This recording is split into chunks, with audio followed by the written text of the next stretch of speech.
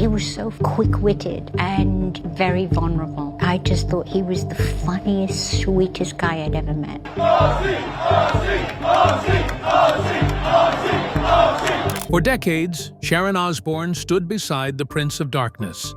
But behind the gothic chaos and heavy metal legacy, something deeply personal was unfolding. At 72, Sharon has finally broken her silence about Ozzy's final days, revealing details no one expected. Things got off to a pretty good start or a pretty rocky start. It was tough. Ozzy was married and had 2 children. His wife divorced him. But she divorced him because of you? No, because of the drink. She couldn't take it anymore. What role did love, betrayal, and control play in his death? In this video, we'll reveal the untold story of Ozzy's final chapter. How he died, who made the decisions, and the family structure that held it all together. Expect raw truths, legal twists, and a hauntingly poetic farewell, curated by the one woman who knew Ozzy best. A death foretold, a plan concealed. Ozzy Osbourne's death didn't come out of nowhere, not for his family, and certainly not for Sharon Osbourne. Though the official announcement came on July 22nd and was met with shock from the world, those closest to him had been preparing for months. Behind the curtain of rock iconography and public silence, a private, calculated structure had been built, layer by layer by the one person who had orchestrated every major chapter of his life, Sharon. And it wasn't a structure built around fear. It was built around control.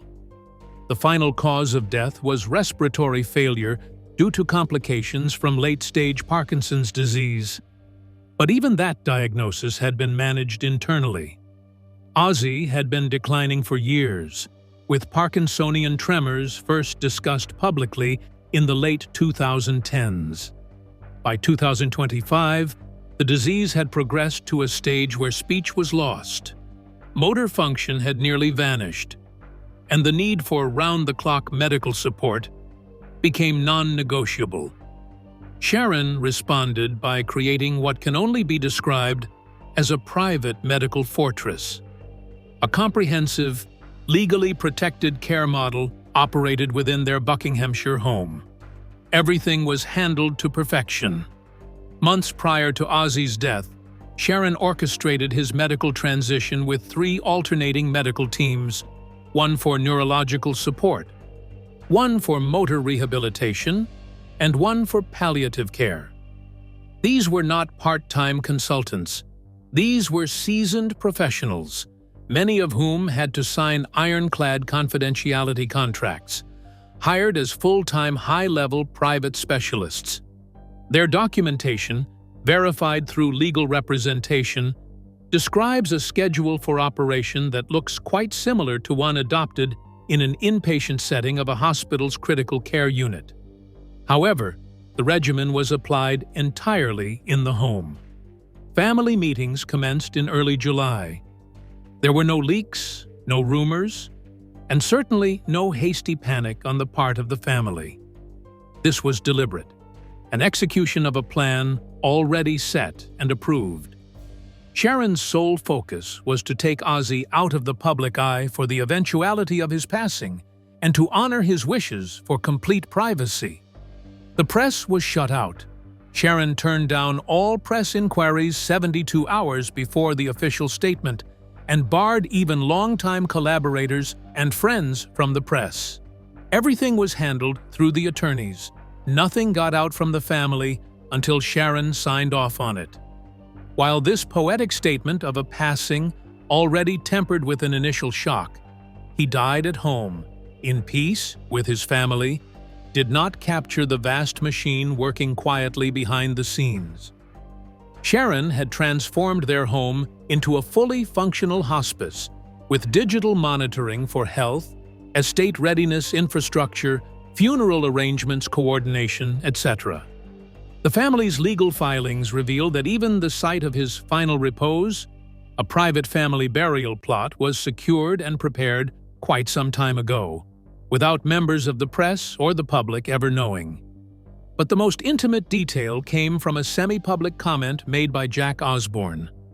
3 days before his death, Ozzy, words failing him, had a final video call with his children, bidding his goodbye through eye contact and expressions. It wasn't dramatic, but it was thought out. He knew. While all 3 children were there for that last connection, only Sharon was asked to be with him in his final hours. Sharon stated in a personal note attached to the press release, "There was no intervention from machines. There was no transfer. Nothing was done outside Ozzy's wishes." Medically speaking, it sounds simple, but that statement weighed heavily on the legal and emotional side. It confirmed the decisions made in his final days were not medical emergencies or last-minute calls. They were acts of intention. Ozzy's death was not impetuous. It was not chaotic. It was his selection, planning, and theft. He left the world according to his own terms. Only Sharon Osbourne, with a plan to realize that option, made it happen. But while the public mourned, one final message from Ozzy would flip the narrative on his so-called Mope Fest funeral. Ozzy's final wish. For most of his life, Ozzy Osbourne was synonymous with chaos, biting off bat heads, screaming into fire-lit stadiums, and pushing boundaries no other rock frontman dared to cross. But when it came to death, Ozzy's vision was surprisingly lighthearted. Long before illness began to consume his body, he made it clear. He didn't want a funeral soaked in tears. He didn't want speeches or symbols of tragedy. He wanted mischief. He wanted gratitude. And more than anything, he wanted his final send-off to feel alive. In a 2011 column for The Times, a fan asked Ozzy if planning one's own funeral was morbid. His answer was, "Vintage Ozzy. I honestly don't care what they play at my funeral. They can put on a medley of Justin Bieber, Susan Boyle, and We Are the Diddy Men if it makes them happy." Then came the twist. He added he wanted pranks. Perhaps a knock from inside the coffin. Maybe a video of himself asking his doctor for a second opinion on the diagnosis of death. He didn't want solemnity. He wanted laughter because, as he put it, there will be no harping on the bad times. An extract from the book by the author reflecting his thoughts on Ozzy's philosophy of life. In considering himself, Ozzy lived a life rife with addiction, insanity, arrests, betrayals, fame, and a slow-burning disease that robbed him of mobility and speech. In answer to how he would like to be remembered, he consistently returned to one factor: as one who survived through it all. One who survived to enjoy a grossly extravagant life and say thank you for it. Sharon took Ozzy's wishes to heart. No grand memorial or a televised tribute was held at the appropriate time. No blowing of the trumpet at the gates by press photographers, and no celebrity guests with sunglasses to offer eulogies. Instead, she designed a private service honoring each and every one of Ozzy's final wishes. A farewell instead of a funeral. The site where the ceremony took place was the Osbourne family's private burial ground, a place that Ozzy had himself chosen many years ago, reportedly saying, "It is the only place I want to be." The service was neither live-streamed nor recorded, and it was not open to the public. Family sources say only immediate family members and a small group of long-term care staff attended. A private funeral service was arranged long in advance by Sharon and had down to the last detail confidentiality agreements, with a strict no-media rule. But at the heart, what made this service uniquely Ozzy was the soundtrack. Sharon selected every note of music that was played, but instead of his top hits or chart-topping songs, she picked unreleased recordings Ozzy had been working on during his long recovery from the 2019 accident that had first exposed the world to the slow progression of his Parkinson's. Songs no one had ever heard before. Stripped-down recordings, raw, experimental, only for private moments. The last song played at the burial was a reimagined version of "See You on the Other Side," an emotional remix Ozzy requested in 2023. It was his way of saying goodbye, not through the spectacle but through sound, whispered instead of screamed. And while fans across the world mourned the passing of the Prince of Darkness, Sharon had fulfilled her last promise. She never made the day of his farewell a museum piece.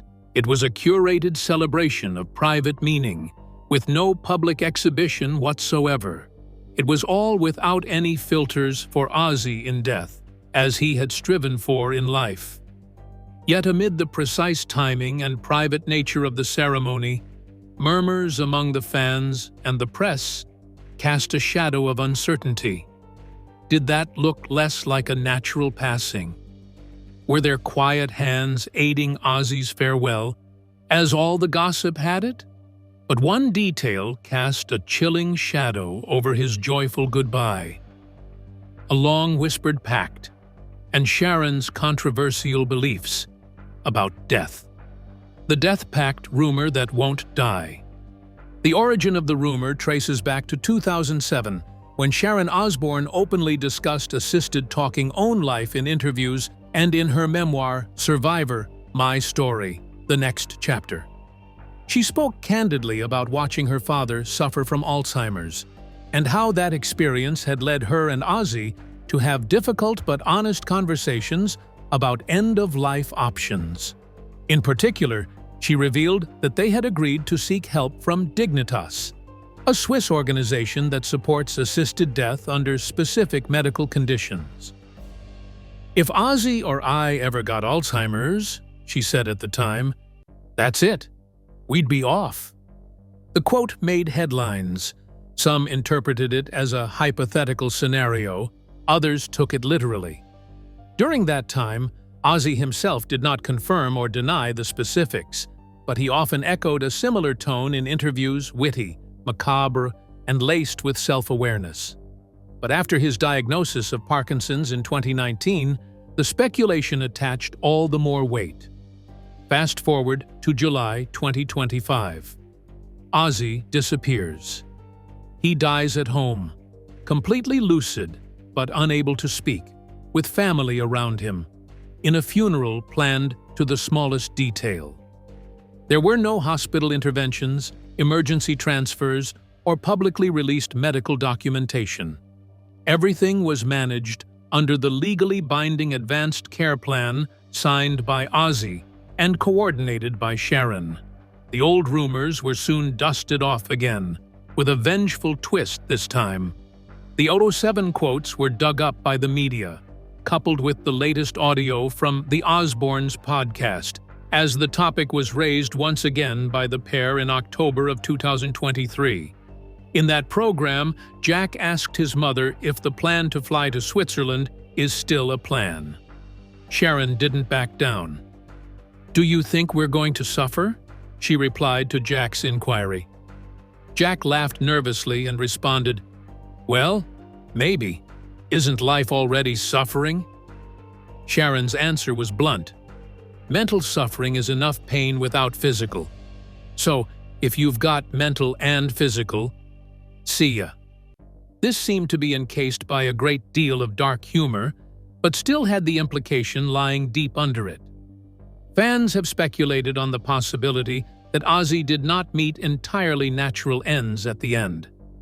Did the family go through with it? Was the end medically assisted, discreetly executed under UK laws, or even abroad? Kelly Osbourne wasted no time squashing the speculation. 11 days before Ozzy's death, she posted on Instagram slamming the viral narratives as, "My mom said to get attention one time," insisting her father was not dying at the time, and that alleged pact had no legal reality. Yet, in the days that followed, her post raised the fog further. It was hardly true. So why secrecy? Such total control? Why weigh closure to all press access?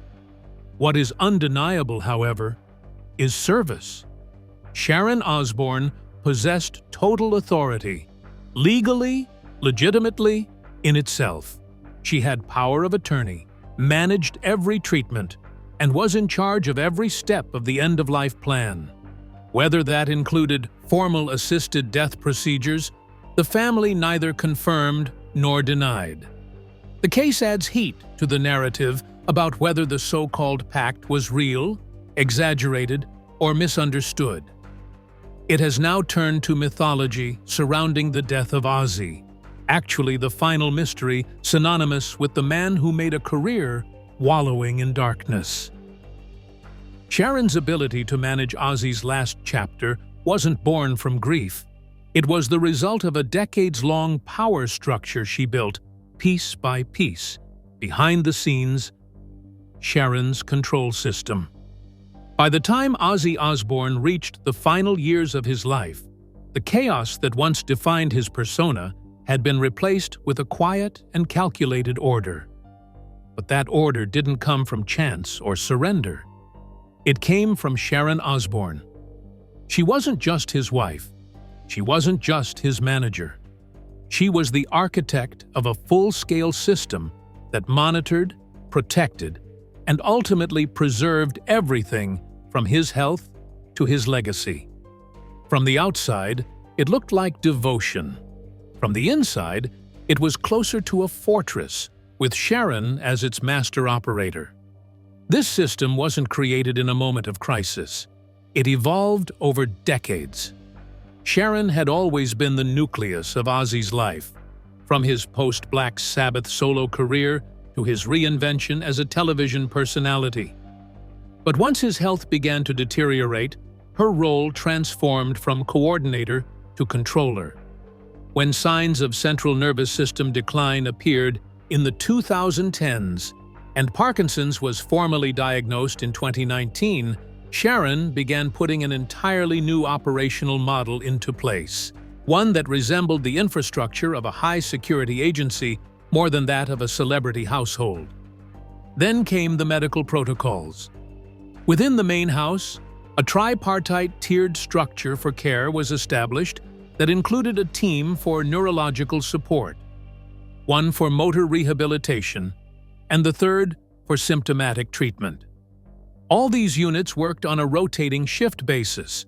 None of them were obtained through any national health system. Sharon avoided getting into any public channel and sourced qualified providers only from private sources. The level of control proved so strict that even meals, sleep, and physical activity were reported under coded systems. Every shift ended with written logs converted on encrypted systems, reviewed weekly by a personal advisory board for quality control.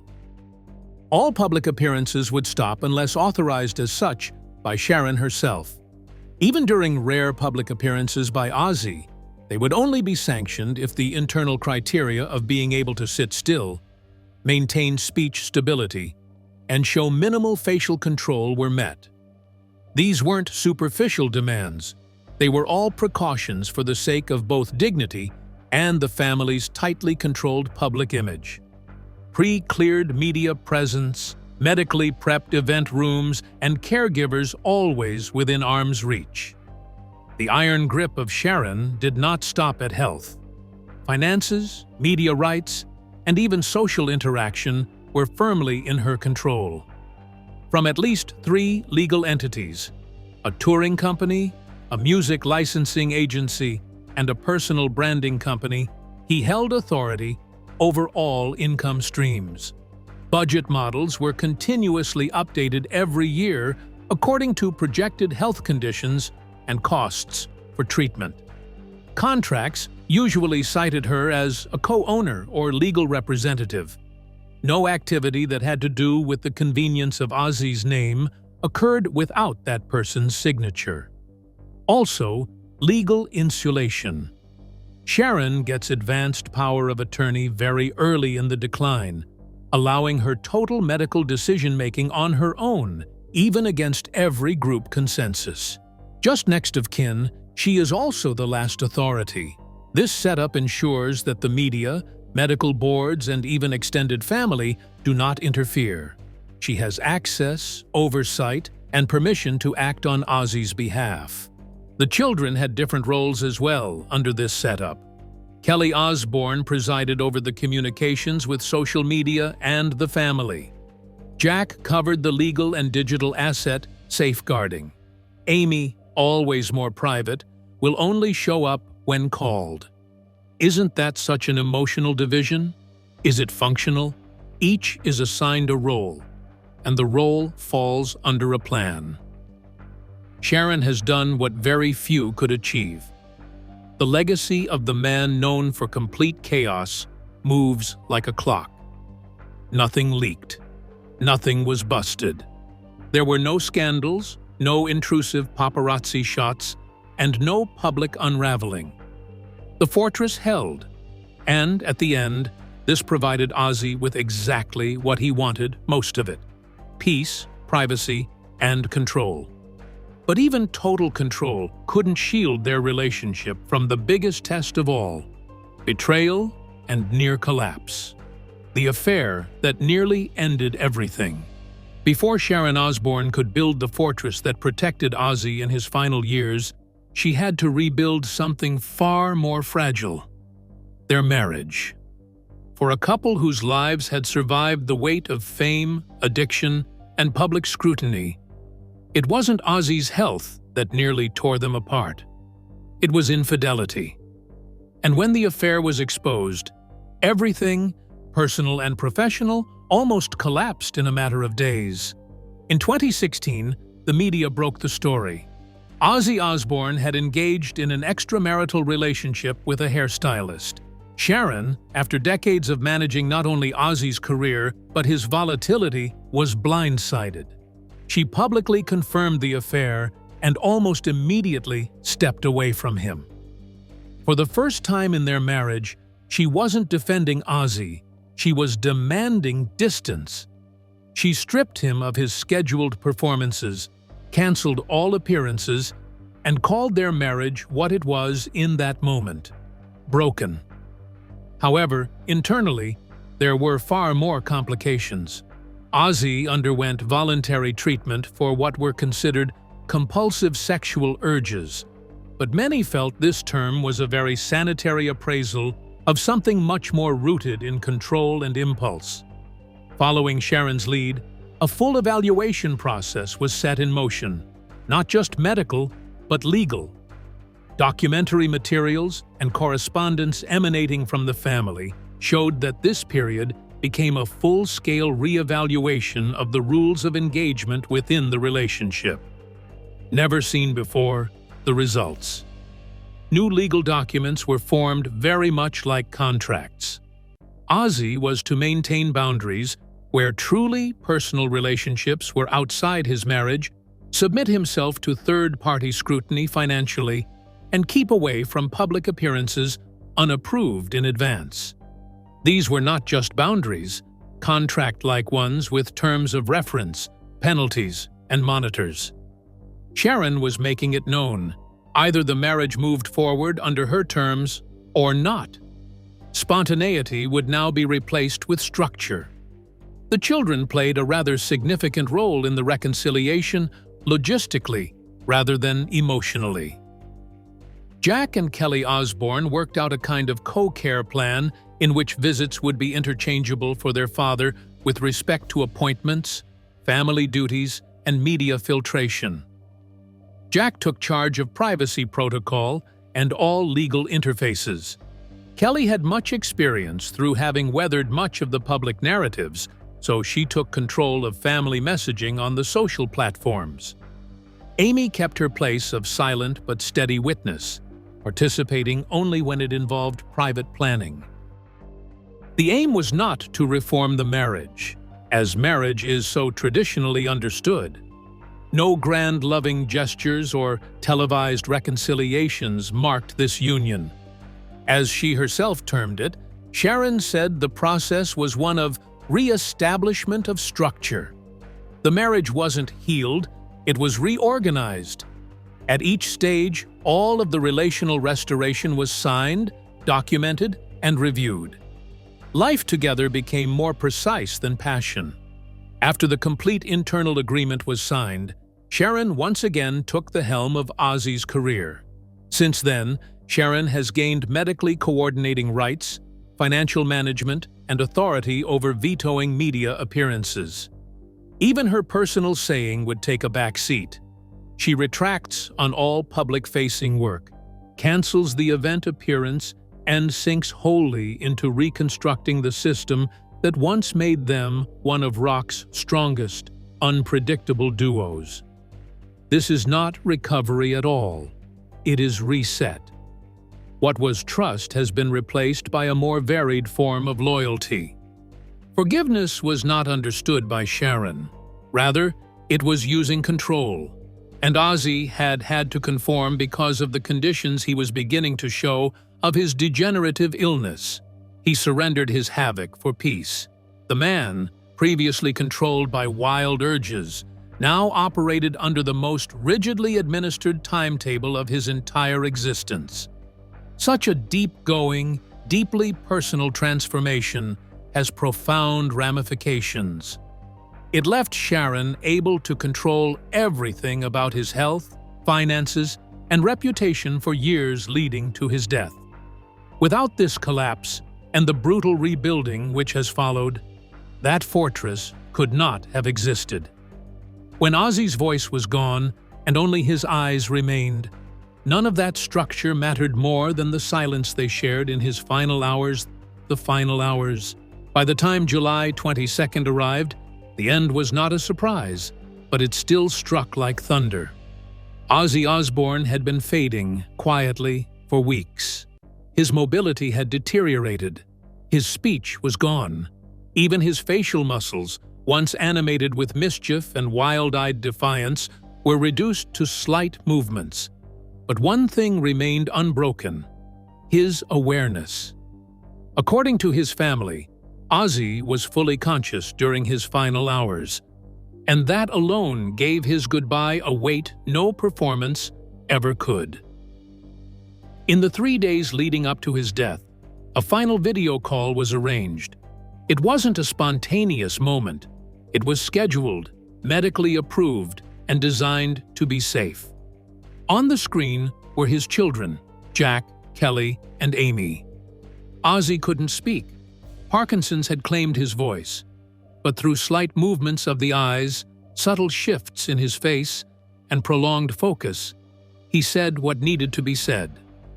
Jack Osbourne later confirmed, "There was nothing ambiguous about the moment. Everyone understood the meaning of the farewell." Some of the most powerful images are the simple ones. A man who had spent most of his life howling into microphones, standing still, focusing on eye contact. But there was power in that silence. For the past several decades, Ozzy had battled substance abuse, chaos, controversy, and inner demons. In the last instant, he opted for clarity, stillness, most importantly, presence. She was the only one given access to her husband in his dying hours, Sharon Osbourne. It was a premeditated decision that stayed private until after the death. No clergy, has no doctor, and no other outside visitor. Sharon went into the room to be with him, not as a manager or executor of his estate, but as the one person he wanted to be faithful and loyal to in the end. According to the family's official statement, when Ozzy died, he did so without any machines, tubes, or hospital monitors, just peace, and someone he trusted. In the letter made public after the funeral last Wednesday, Sharon wrote, "He and I kept our old promises. There was no intervention from machines. There was no transfer. Nothing was done outside of Ozzy's wishes." Those lines were not just poetic, but also legally significant. They confirmed that the death of Ozzy was wholly contingent on an advanced medical directive, that every decision, from pain management to physical setting, had been prearranged when Ozzy was still able to sign documents. Sharon created a seamless conclusion. The body lay in the private room for the instructed 12 hours before being taken to a predetermined burial site. Years back, a funeral team was retained. They were bound by confidentiality agreements and strict operating procedures. No pictures leaked out. There was no paparazzi at the gate. Even longtime industry pals were never let in on the timing. The room where Ozzy died had no candles. There were no religious decorations. It was, in the words of one caregiver who worked under Sharon's employment contract, simple, cool, and quiet. An ambient-sounding playlist was playing in the background, very low. Many of those songs were unreleased recordings of Ozzy during the lockdown. Songs he never shared with the outside world. Songs meant for just such private moments. Not the end of a rock legend. The closing of a chapter in a very human life which had been stripped down to its essence. Dignity, control, and love. Sharon constructed the wall around him, shielded him from the noise, and executed every last wish in perfect timing. Ozzy's final exit wasn't marked by theatrics, but the legacy he left behind was protected by one last layer of Sharon's control. Ozzy's final gift to Sharon. Ozzy Osbourne's death may have marked the end of a life, but it also initiated the beginning of something far more complex: the management of a legacy. And in true Osbourne fashion, it wasn't left to fate, infighting, or entertainment executives. It was locked down, prepped, protected, and placed directly into Sharon Osbourne's hands. His final gift to her wasn't money or music. It was authority. Full, uncontested authority over everything he left behind. Even before Ozzy's passing, Sharon had been the undisputed controller of his professional life. Every album, every licensing agreement, every brand appearance had passed through her. But what she did after his death went beyond business. It was strategic preservation. The Osbourne family issued no public list of heirs, no press conference about his artistic archive, and no announcement about the future of his name. What came instead was a brief but highly structured legal breakdown that made one thing clear: this legacy would remain internal, and it would remain intact. First, the will. According to legal representatives as well as verified documents, Ozzy's estate had already, even before his death, into a closed family management system from external negotiations and disputed claims. Sharon had complete powers of administration. Rather than equal inheritance to heirs, however, Ozzy's legacy was apportioned by role, function, not favor. All public messaging and media consultation rights were handed over to Kelly Osbourne for her media relations experience. Digital assets from unreleased concert footage to archival recordings and secured IP were under Jack Osbourne, who had worked behind the scenes for years in production and digital logistics. Amy, the most private of the siblings, was privy to the non-commercial music library of the family, demos, handwritten lyrics, and unreleased personal recordings that Ozzy made for himself, not fans. But the centerpiece, the catalog, all licensing rights, imaging, and branding controls, belongs entirely to Sharon. She was given the power to approve or deny anyone access to Ozzy's name, image, music, or likeness. No tribute tours, no documentaries, and no merchandising deals without her approval. And that control was exercised immediately. As soon as proposals came in from those interested in plans for a posthumous project, such as setting up a foundation in his name or creating a memorial concert to honor him, they were completely rebuffed by Sharon. In a written postscript to the family's legal filing, she said that no external agencies would get to profit from or repackage the legacy of Ozzy. Any awards would be symbolic, not commercial. This wasn't just about keeping control, it was protecting purity. Sharon didn't want Ozzy's life to be a brand hijacked by someone else. That would be the least she would allow. His image deserved something better than a licensing template.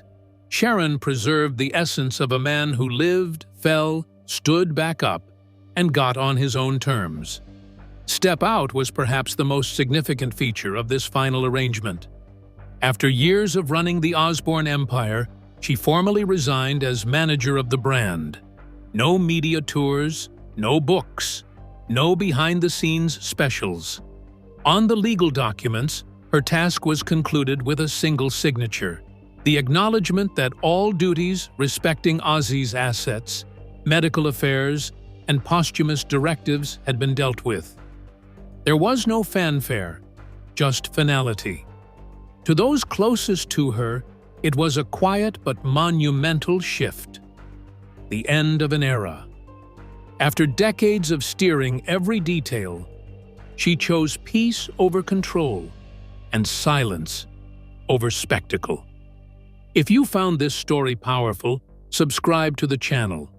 Hit like, share it with someone who remembers the Prince of Darkness, and comment your thoughts below.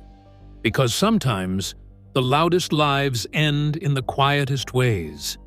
And Sharon Osbourne just made sure his final performance was exactly as he wanted.